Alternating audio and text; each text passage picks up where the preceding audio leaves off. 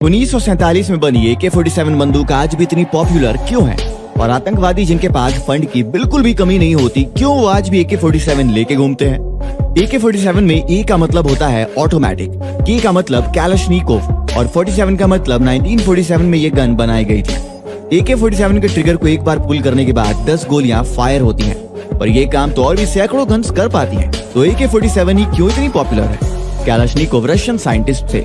उन्होंने 1947 में इस बात का ध्यान रखते हुए इस गन को बनाया कि विंटर्स में जो बंदूक की नली होती है वो थोड़ी सी श्रिंक हो जाती है, जिसकी वजह से गोली ठीक से फायर नहीं होती या फिर ठीक निशाने पर नहीं लगती।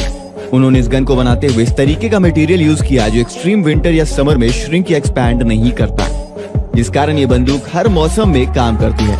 दूसरा, इस गन को असेंबल करना यानी कि टुकड़ों से जोड़कर वापस गन में बनाना बहुत आसान है, इसीलिए ये गन दुनिया में सबसे ज्यादा पॉपुलर है। 1920 की इंडिया का एक आदमी लंदन के रोल्स रॉयस के शोरूम में चला जाता है। वो जैसे ही वहाँ पहुँचता है, शोरूम के सेल्समैन उसे गरीब इंडियन के रूप में देखते हैं और उसे वहाँ से भगा देते हैं।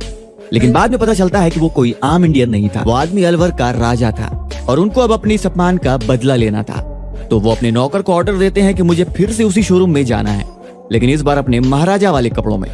वो जैसे ही वहाँ पहुँचते हैं अपने फॉर्मल आउटफिट में, करोड़ों की ज्वेलरी पहने हुए, तो सभी एम्प्लॉइज मानो शॉक हो जाते हैं कि जिसे कुछ घंटों पहले भगाया था वो तो सच में कहीं का राजा निकला।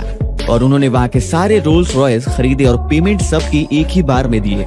6 के 6 रोल्स रॉयस खरीदने के बाद उन्होंने कार्स को इंडिया में भिजवाया और ब्रांड इमेज को नीचा दिखाने के लिए सभी रोल्स रॉयस में झाड़ू अटैच किए और घंटों तक रोड साफ करवाया और सबको बोला अपने घर के सारे कूड़े इस कार में फेंक दो। दोस्तों, ये बदला आपको कैसा लगा कमेंट सेक्शन में जरूर बताना।